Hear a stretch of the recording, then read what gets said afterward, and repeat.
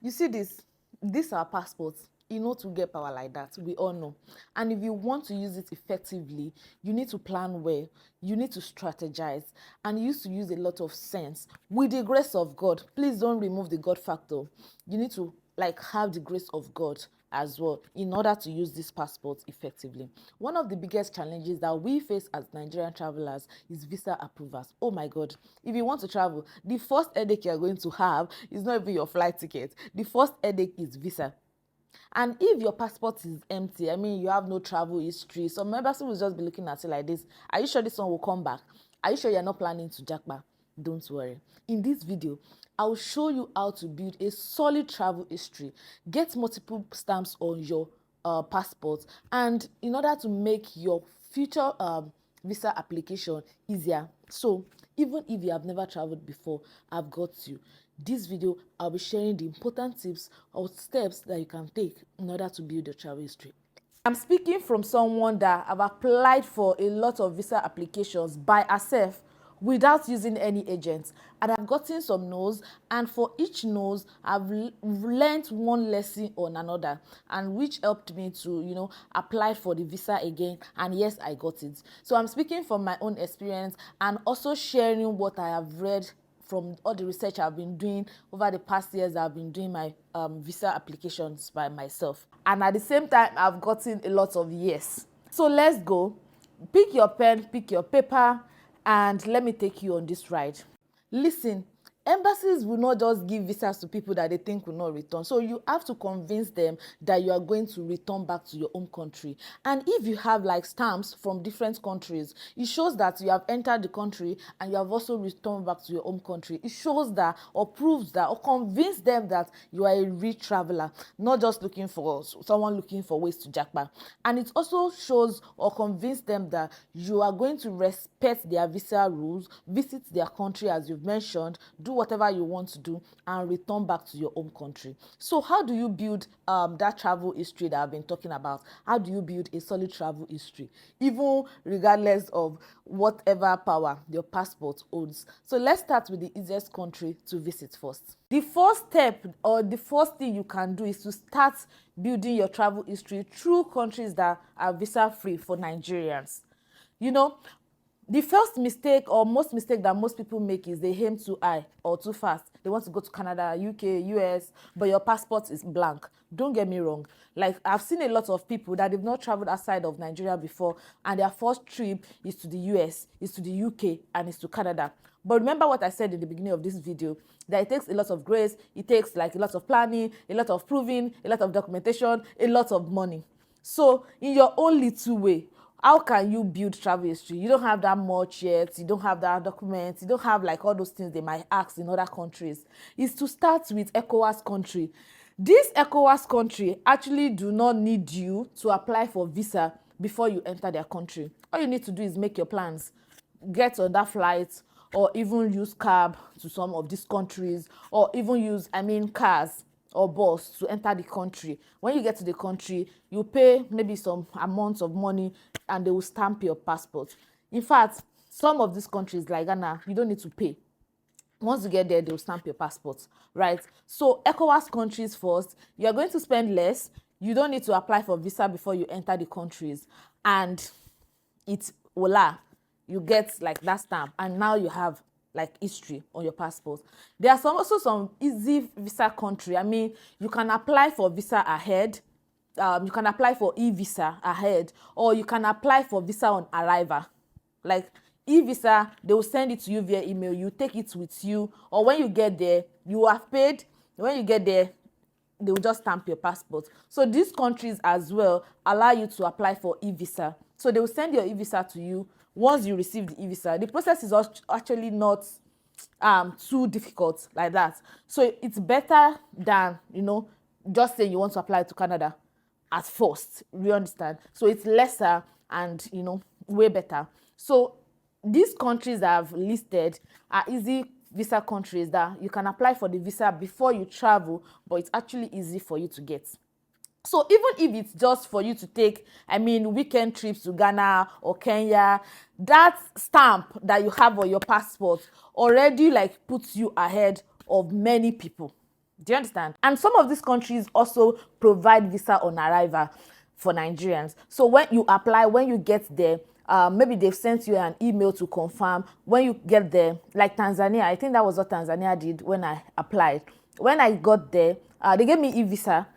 They confirmed my visa via email. When I got there, they put like a visa stamp, a sticker, a visa sticker on my passport. They just open, they put that on my passport, and they also stamped it. So I have, the visa was on arrival, but I already applied before I got to the country, and they confirmed that my application was successful. And when I got there, they gave me the sticker, and they stamped my passport. So with these few points of mine, even if it's for you to like plan ahead, say you want to go on a group trip or a weekend trip with your friends, so that your payment for accommodation, your budget for accommodation is going to be easier, or even if you want to go on your own, you can take like a weekend trip to countries like Ghana, like Kenya, just to get like stamp on your passport, or to get visa sticker on your passport. See, once you start having stamp on your passport, which shows that you've lived your country and you are back to your country, you are way ahead of a lot of people. I think the first country I visited was Ghana. So I visited Ghana first, yes, and after my Ghana trip, I applied for a Schengen visa, and it was way easier. Like, yes, I still need to prove myself, which I'm going to be explaining next. But at that point, it was easier because I felt like, yeah, I've traveled out of the country before. And so some other countries, like the countries I've mentioned before, if yours is going to visit maybe Togo or even Benin Republic or any other, Senegal or any other country that I've mentioned before, take a weekend trip to those countries, stamp your passports. That way you are building a solid travel history. Traveling doesn't have to be crazily expensive. Yes, traveling is expensive, but here is how you can save money while building your travel history. Book your flights early. If you are going for a vacation in the third quarter of the year, from the first quarter of the year, you can start making plans. 2 to 6 months in advance is actually going to equals to cheaper tickets. If you are flying in, say, September, and you book your flight maybe in March, it's going to be way cheaper. And you can also use dominticket.com. I've used them several times. Dominticket.com enables you to like get flight and hotel reservation. And if you're getting flight and hotel reservation, you're only paying a little money. Now compare it to when you book the flight itself and you apply for that visa and you didn't get the visa. You've wasted your money. So I use dominticket.com to get flight reservation so I can have peace of mind while waiting for my application. So regardless of what the result of my application is, I didn't waste a lot of money. And also, even if you are booking your flight, there are some flight tickets that are refundable. In fact, I learned the hard way. So even if you have to book your flight, you don't want to use dominticket.com because that is still another expenses. Book flight that is refundable. I mean, you can, if you didn't get your visa or you have a reason to like move your flight or cancel the flight, you can get, yes, some percentage will be deducted from your money, but you can get your flight money back. Also use platforms like Skyscanner, Google Flights. You can set price alerts for these platforms. If you want maybe to travel to Berlin in August, you can search and set flight price alerts. So they will alert you if there is a lower flight rate, and because you have been planning, you can book at that period. Also, fly budget airlines. Don't go and fly, don't let me mention, but fly budget airlines. Ethiopia Airline is okay, Rwanda Airline, Air Peace for West Africans. Just compare airlines together. Open several tabs on your laptop or on your phones. Check for different airlines and compare the prices. Compare your flight duration as well. Is the airline of the flight going to have stopovers? Those are the things you should compare together when you are planning to book your flight. So make this research, calm down, be at peace with yourself, and just compare your options before you go for it. And lastly, travel during off peak season. Don't say, oh, I want to go to Berlin, and you are traveling in December. Or check for that country, when is their peak season, when do they have people who are coming to vacation to that country. I remember when I went to Qatar, I think I went around September September or October. It was very hot, and like most people most people were not coming. Most people were not coming to visit during that period. So it was like a very good period for me to like see your places, to to visit people.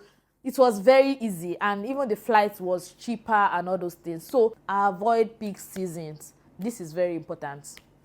So if you're applying for a Schengen visa or a UK visa, you need to submit a strong application. Aside your proof of funds, it doesn't stop with your proof of funds. You need to submit strong application. So the next step is for you to plan to apply to US, Canada, or other big visa. Once you have travel history, the US and Canada visas become like way easier to get. Way easier doesn't mean you still will not submit strong application, but it becomes like way easier. But before you get there, remember the order at which you should apply. Start with ECOWAS country, especially as a Nigerian. Start with ECOWAS country. West African countries that have visa free, like Kenya, like Ghana, and some other countries like that. Start with those countries, then go on to easy visa countries like Turkey. Apply Tanzania also. You need visa, but it's actually way easier to get. And then move on to Schengen, move on to UK. In fact, if you have these two visas, you will now have like strong credibility. So when you're done with these steps that I've mentioned, it is now time for you to apply for Canada.